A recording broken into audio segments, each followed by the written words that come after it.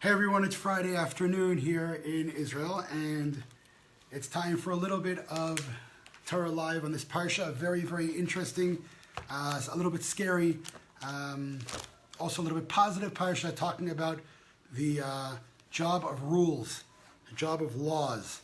And the question we're asking today in this class is, are rules there to be broken, made to be broken? What are the difference between the rules that are given in the Torah compared to the rules that are given in civil society in different countries and states?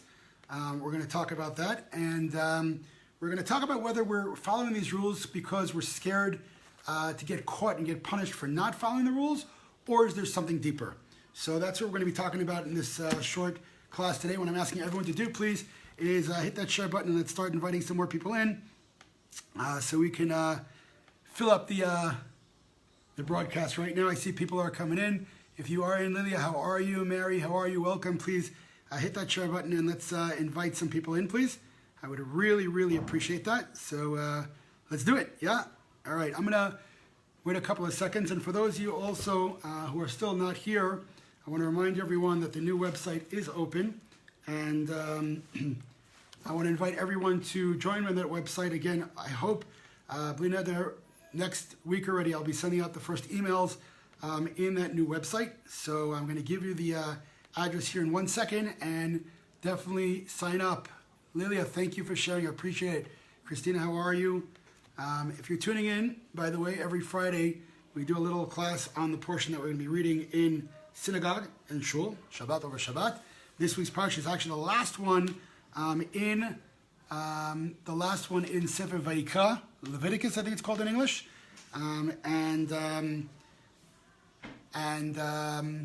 really a bit of a strange portion here. What we're reading tomorrow, it's almost very, very harsh and very difficult to read if you're not reading it with understanding. Whether you're not understanding exactly what you're reading, it's got a lot of warnings in it. It's got the first couple of passages we'll read in 1 second has some blessings in it, and then right away it turns into the curses, and most of the portion are curses and warnings that if you don't keep the Torah, talking to the Jewish people, if you don't keep the Torah, this and that's going to happen, and it's a long and horrific list of curses that are supposed to be happening if we don't keep the Torah.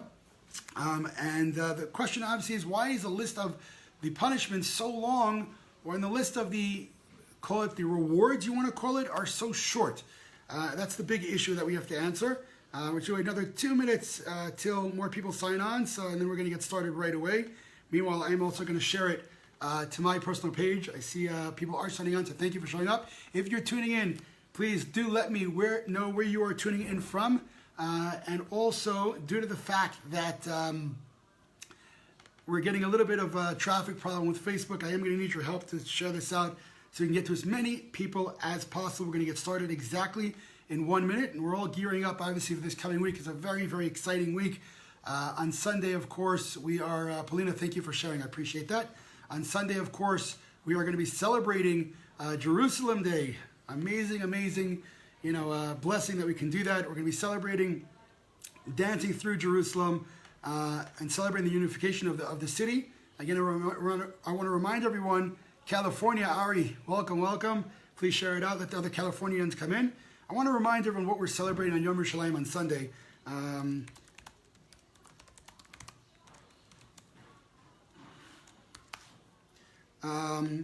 What we're celebrating on Sunday, for those of you, us, maybe you don't have such a long memory, between 1940 and 1967, the Jordanians were ruling Jerusalem, and we were not able to get to the old city. They put a wall up in Jerusalem, and they called it East and West.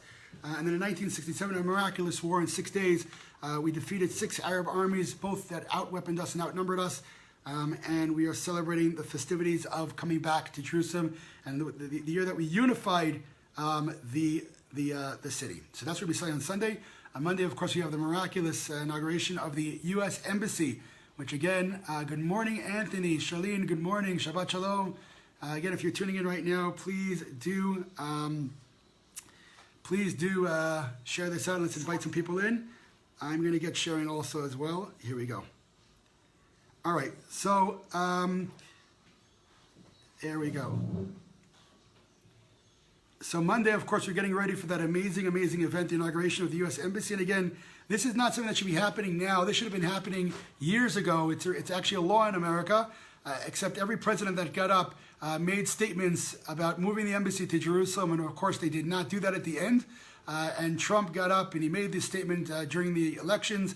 And he's actually keeping his promise, which altogether is a shocker. You know, people make election promises. Generally, election promises are not there to be kept. They're there to pull in the votes. And we know that right now, tomorrow on Monday, we're going to have an inauguration of the embassy. I'm very excited. Unfortunately, I could not get a ticket to get in. Anyone who has any ins in the U.S. Embassy, let me know so I can get a ticket to get in there. I'd love to be, witness that absolutely historical event. So what I'm doing right now, for those of you who are wondering, I'm inviting people in on my Facebook here to join us on the broadcast, and we're going to get started in 2 seconds.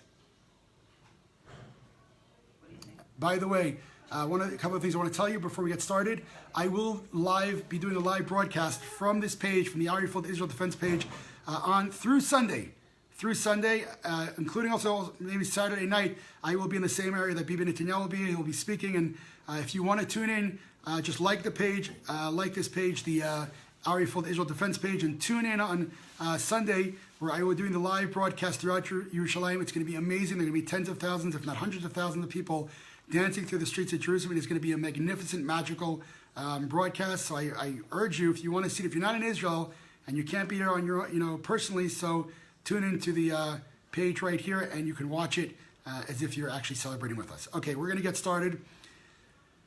Okay, so we have in this week's parsha, this week's portion, the portion is called Bechukotai, in my laws. Now, the truth of the matter is, Bechukotai doesn't really mean laws. It means rules. And what's the difference between rules and laws? Well, the difference between rules and laws is, according to the Torah, is the understanding of it. In other words, if I have rules in the country, right? I live wherever I live, and they say, okay, you can't drive through a red light. Okay, why? And someone would ask yourself, why can't you drive through a red light? It's to keep us safe. We know the reason for driving through the red light, guys. So we do it because we know the reason, right? It's dangerous. You can't text and drive. You can't drink and drive. You can't steal money. It's not nice to do. We know the reason for it. But imagine if a country would come up and say, you can't wear red shoes anymore, or you can't say the word anymore, and they'd actually put you in jail or give you consequence for such laws. And you don't understand what these laws mean. You don't understand what they are, and yet you're held responsible on a moral level that if you don't keep these laws that don't even make any sense, we don't even understand them, you actually can be punished for that kind of transgression of those laws. So the Pasha starts out, if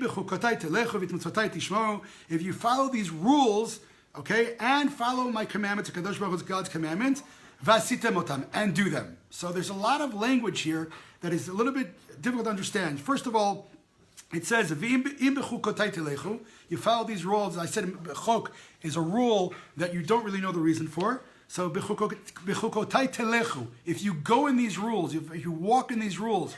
So telechu is a strange word. You don't walk, you don't go in rules, you follow those rules, right? And then it says vet mitzvotai, and then my commandments, you vet mitzvotai tishmo, you keep my commandments. And again, very strange language. What's in between mitzvotai? Mitzvot are the commandments, and chukotai are these rules that are difficult to understand. So we have to talk about those differences in 1 second. And then it says, vasitem otam, and do them. So are we walking? Are we keeping? Or are we doing? And what's the difference between those three things? So we're going to discuss that right now. So number one, when you live in a society where rules are just a matter of keeping the society safe. For example, you can't run a red light, right? So if it's 4 o'clock in the morning and the streets are absolutely empty, right? Can you run a red light? You're not allowed to do it, right? But you're not an evil person if you run that red light at 4 o'clock in the morning, because the only reason you ran that red light is because no one's out right now, and you weren't in danger of injuring anyone. So you shouldn't do it because, it's illegal, quote unquote, but it's not like you are an immoral person if you do so, right? So the question is, the reason you don't do it is you look around, there are cops here, right? So again, you ask yourself this question. It's 4 o'clock in the morning. You're driving on the road. Do you run the red light? That's the question that we're asking. And if you say no, by the way, are you saying no because you're scared of getting caught if there happens to be a cop around, or are you saying no because of some moral reason? Obviously, those of us who are not running red lights at 4 o'clock in the morning are doing so because either we're scared, maybe there is a cop around, but we're certainly not scared on a moral level. Again, we run that red light. We're not a immoral person. Okay, so here with the Torah laws and rules and commandments, it's much, much, much different.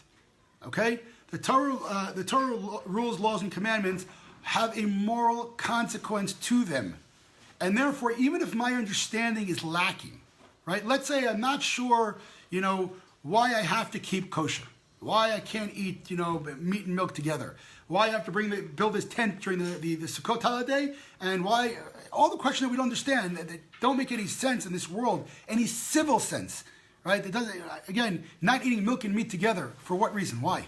Why? It doesn't make any sense. God doesn't care, right? He's not that. Oh, that looks disgusting.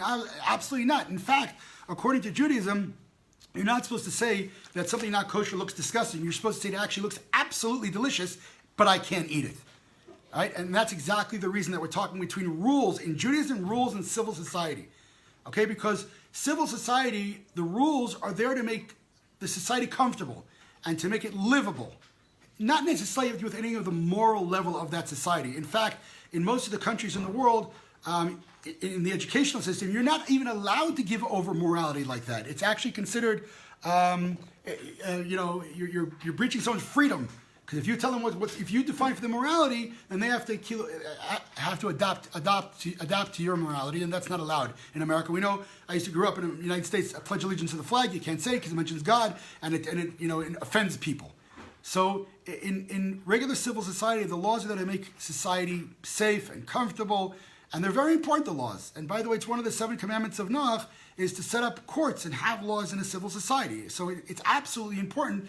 But the difference is those laws in society are built to keep the society in order and to keep it safe and comfortable. There are no moral laws set up in society except for society that defines morality as something objective. In other words, if I decide one day in wherever I live that it's okay to go hunting, right? Kill animals not for food, and the next day I say it's not okay to go hunting. Well, what is that morality based on? Okay, is it based on society's comfort levels? Well, what are they deciding what's right and wrong? Okay, again, it could be abortion, it could be hundreds of different things. The question is, how do you decide what morality is? And if it's decided by society, then once again, we're talking about what society is actually comfortable with and not necessarily the morality of the society. Okay, so before we get into this again, I want to say hello to everyone. If you're tuning in, hey Lily, how you doing? First, let's say hello, let me know where you're tuning in from, and please do hit that invite button, and let's get some more people in the broadcast. Give me 1 second. I'm actually signing in to my personal account here. And I'm going to invite some people in. So first, tell me where you're tuning in from, and please hit that share button. All right, let's get working here. So Bechukotai telechu, it starts out with the laws that don't make sense, the laws that we don't understand. That's a chok in Hebrew, is the laws that we don't understand. Why is it starting out with that? Because if it would start out with the logic laws, you'd say, well, I understand that, so I'll keep that. But when it comes to kosher, which I don't understand, when it comes to Shabbat, not turning on and off a light on Shabbat, who cares, right? Right? So who cares about the chok? Right? So if it would have started out, okay, thou shalt not steal, thou shalt not kill, that all the civil laws which most Western societies keep today, right? You'd say, oh, those I'm keeping, honor your father and your mother, of course. But when it comes to all of a sudden that you can't use electricity on Shabbat or you can't do things, you got to eat kosher, you'll say, well, I understand the civil laws, that makes sense. And that was first in the pasuk, it was first in the passage, so it's more important. But now when it comes to these other laws which are spiritually based, which, I don't really understand, those I'm going to give myself a discount on. So the Torah starts out, im bechukotai telechu. First of all, we're talking about the laws you do not understand. And that language of telechu that you go with, that's exactly the point. It's not just keeping the chukim, the laws you don't understand, it's going according to those chukim. The idea is that I don't define for myself morality. I don't say, well, today I think this is moral, tomorrow I think it's immoral, today I think it's immoral. Again, just an example, 1950, abortion, for whatever reason was cold-blooded murder. 2018, it's pro-choice, right? Without even giving, by the way, my opinion of the matter. It's totally irrelevant. But I'm showing the society turned what they thought was murder into okay. So if that's dependent on society, you can go either way. So the first thing the Torah says, "Im bechukotai telechu," if you walk with these rules that you do not understand, because the first thing to understand is that you don't have to understand. Morality is not set up by your understanding. And if you think it is, society can go down levels of immorality which are scary. You have to remember, when talking about Europe, for example, Europe, the perfect example was Germany was the most, what's the word, enlightened country around. Technology, everything, A to Z. Also culturally, they were very enlightened. And we know what road they went down in, and they justified it by their own laws. And they even backed it up with fake science. Why? Because it was all dependent on not the chukim, not the laws that you don't understand, but it was all based on the vasitemotam, keep the laws. And they kept the laws, and they defined their own laws. And that was the big issue and the big problem in Germany. So when it comes to the Torah, Bechukotai, first of all, walk with the laws that you don't even understand, because the first thing to understand is you don't have to understand. These laws are moral definitions.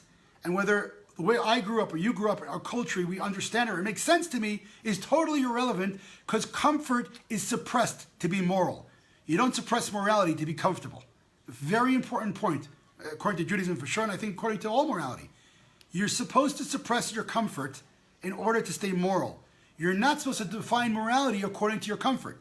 So if someone comes along and says, well, I feel like this is moral, right? Well, if your morality is stemming from your own brain and your own ideology, then they're right. You can't define for them morality.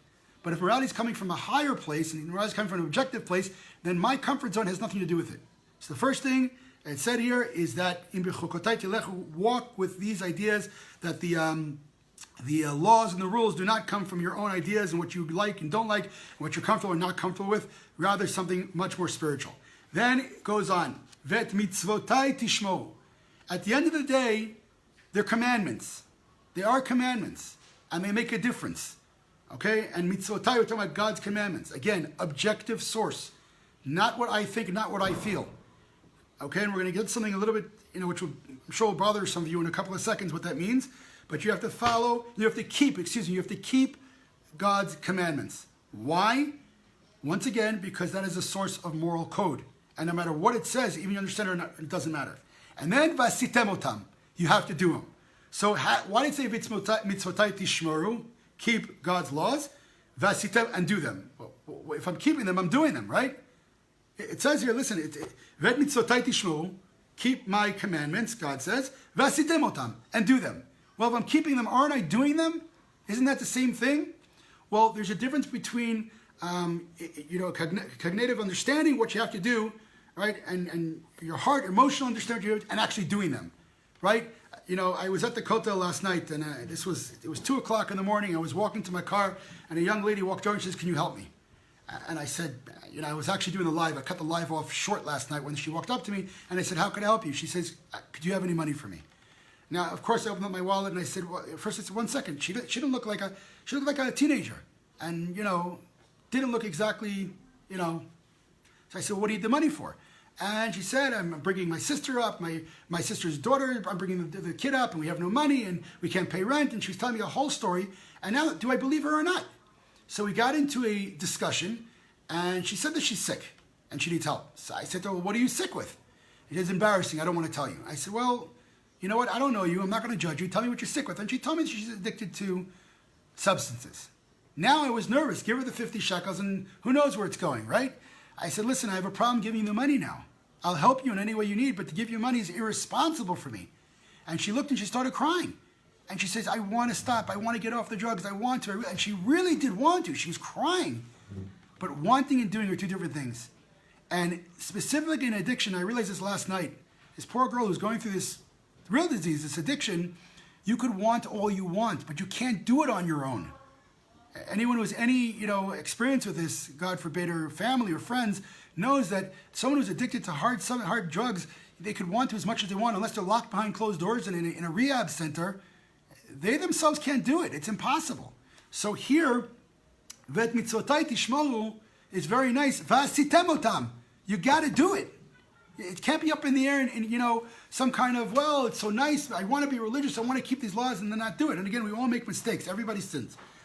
So those are the three messages here. The laws are not like civil laws, and they're not made to be broken. Laws are made to be kept, but not to be kept because you're going to be given a reward or punishment. They're made to be kept because they are the moral compass of your life. Therefore, I keep them. And whether I really want to have that cheeseburger as a Jew, I can. If you're not Jewish, you can have as many cheeseburgers as you want. It's not a problem. As a Jew, is my definition. As a Jewish person, no matter how much I want it, it looks delicious. That again, not to say it looks disgusting. It looks delicious. I really want it. I'm suppressing my comfort for the definitions that I have as a Jew as morality. Now, what comes next? After that whole pasuk of explaining what you have to keep, I'll give you rain in your time, in the right time. V'natna, again, rain is a sign of livelihood, of parnasa, of money. And then it goes on and it says, "V'natna haaretz yivula," the land will give up its fruit. V'etz hasadeh, and the trees of the field will give fruits. Right? V'yisig lachem dayish et batziu et zara v'chadem lachem. It says you're going to get a lot of food and a lot of parnasa, a lot of money, and your life will be good. And then an interesting pasuk. I read this and it really, it took me for a second, and I listened to this. I read it in Hebrew and then we'll explain it. V'natati shalom ba'aretz, and I will give, God's talking, I will give peace in the land. Ushchavtem ve'en macharid, and there will be no fear. You'll have no fear of your enemies. Nothing. V'ishbati chaya ra'a min haaretz, and there will be no wild animals that will do any damage to you. V'cherev lo ta'avor ba'artzachem, and the sword will not come into your land, meaning basically nobody will be able to destroy you or hurt you. Listen to the next passage. This happened 2 nights ago. Everyone is listening. It says, Urdaftem et oivechem, you will chase your enemies, v'naflu lefnechem lecharav, and they will fall at your sword. Now, the pasuk beforehand said that sword will not come into your land. And now it says, you're going to chase after your enemies, and they're going to fall in front of you by sword. How does that work? How does that work? Wait to the answer. The next passage. V'radfu mikem chamisha me'ah, u'me'ah mikem revava yirdofu. Okay? That basically says 100 of us are going to chase 10,000 of our enemies. 100 of the Jewish people of the nation of Israel will chase down 10,000 of our enemies. V'naflu oivechem lifnechem lecharev, and your enemies will fall in front of you by your sword. Amazing. First of all, what happened to the sword? They said there's no swords in the land, right? So how did the sword all of a sudden come about? Well, that's the point. It didn't say you won't go to war. It said there'll be no sword in your land. Now, here's no enemy sword. Here's the interesting, as someone from the IDF who will tell you this, IDF strategy is always, we never want to fight a war on our own turf. We always want to fight outside the border of Israel. If they ever get inside the borders of Israel, it will not be good. So all the wars we fight are outside the borders of Israel. Since 1948, we were in, obviously 1967, it was also in the borders. Since 1967, since we liberated Jerusalem, Judea, Samaria, Gaza, and the Golan Heights from our enemies. Since we liberated those areas, there's not been a single war that Israel's fought on Israel's soil. It's always been outside the borders. They attack, and we go outside the borders to fight them. So it says, Cherev lo tavor ba'artzachem. They're not going to come in. Yes, they're going to start it when they try to destroy you, but the sword will never come in. The enemy's sword will never come in. And then it says, we're going to chase them, and they're going to fall by our sword. Right? And it talks about 100 of us are going to chase out 10,000 of our enemies. Ladies and gentlemen, in 1967, 6 Arab nations, which outnumbered us probably 100 to 1, out-weaponed us, out-everything us. 6 Arab major armies funded and armed by the Russian government. Again, if I'm not mistaken, the numbers for Egypt alone was 1 to 20. Every one Israeli soldier was 20 Egyptian soldiers. If I'm not mistaken, I can look it up again. That's just Egypt. There were 6 countries. 6. And we miraculously, in 6 days, completely destroyed their military and liberated the areas. So I think that this is what it is, what the promise is. And then it says, Upanite lechem. Then Kadosh Baruch Hu says, I will make room for you. I'll turn to you. V'ifreti etchem, and you'll become fruitful. V'yirbeti etchem, you'll become plentiful. The Jews become number. V'kimotit briti etchem, and I will uphold my covenant with the Jewish people. And so now the issue is the following. The laws that we're talking about are not, again, if you don't keep this, you're going to get smacked in the face or you're going to get punished. Well, next comes the punishment, which I don't want to talk about. I'll give a hint to it. But certainly over there, it does say that here we have like rewards. No, it's not rewards. You're misunderstanding what this means here. We came back to the land of Israel for a reason, not just to be here. We're not here just, to be like any other country and have an army and have a government and everything. No. The reason the Jewish people came back to the land of Israel is to be the Jewish people. And if we are not upholding that side, then these blessings are not going to come. And the curses obviously are exactly the opposite. The curses are that they're going to chase us and we'll never have a quiet place to stay, and the wars will be lost. Terrible, terrible curses. Curses that almost sound like the Holocaust, almost exactly on the Holocaust, that say we'll eat the flesh of our own children. Really crazy, crazy stuff, which I don't want to even talk about. But it's not only about reward and punishment. That's a childish way of looking at it. Judaism is not one of these religions where we say, if you don't keep the command, you're going to hell. We don't. It's not a religion. The commandments and the rules and the laws are not there to scare us, are not there to warn us that we're going to go I don't know where if we don't keep them. The commandments are there. The rules are there. The laws are there to make sure we keep a moral standard. That is our goal in life. If one asks, why did God create the world? Was he lonely? Did he need people? Did he need this crazy world? Humans? Look what's going on around the world. It's a sick place. What did God need this for? Right? He doesn't need anything. So according to Jewish sources, the reason that the world was created, Derech Hashem, the way of God, one of the most famous Musar books, says that God created the world to give out his good. Oh, really? Give out the good? Look around the world. That's good? He says, no. You misunderstood. To give out the good has to be taken. Okay? In other words, if I have a child and I'm giving him all the time money and presents and he doesn't ever deserve it, it's not his. I'm not allowing someone to actually enjoy that good. Again, someone who works themselves really every single day for hours and he gets a gold medal at the Olympics, he feels the tremendous accomplishment.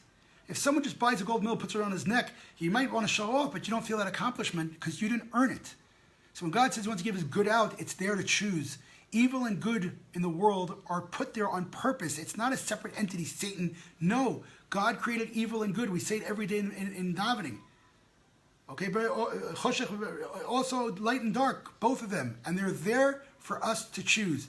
The goal is to choose between good and evil. That is the goal of creation according to Jewish sources. So what the Torah is saying, I understand that good is difficult to choose from because sometimes our own wants and comforts get in the way. Our evil inclination wants to be comfortable. We'll go do something that's morally incorrect according to the Torah code. Well, the only way to choose that good and bad is that we understand the definition of good or bad. And the definition of good or bad cannot come from our own minds. It's got to come from an objective source. The Torah source is our objective source. All right, everyone, I'm signing off. Wishing everyone a very, very quiet and spiritual Shabbat weekend. Shabbat Shalom from the beautiful rolling hills of Judea, Israel. Don't forget to share it out. And also, I'm going to put up right now the new website. And so you girls, you can come and say hello if you want. I got a bunch of students over for Shabbat. Hey! Hello, you can find me on batsheva.com. Oh, are you serious? Yes, I'm serious. Go follow me, batsheva xx99 Instagram. Follow my fashion blog, Chaya's Edge, on Instagram. Are you serious? Shabbat Shalom. Shabbat Okay! Oh my God! Shabbat Shalom, Rabbi buddy. food is the best. 100%. Israel Shabbat is Shalom. Hashem, template of the world. Geshabbat from Belgium. Oh, I love Belgium. Antwerp. Do you know my sister, Pelcon? Singer, it's like online. Okay, everyone. Signing off. This is Ari Fold from the beautiful rolling hills of Judea, Israel. God bless. Don't forget to share it out. But Sheva, you're killing me here. Share it out and join the website that's right there. Take care, everyone. God bless.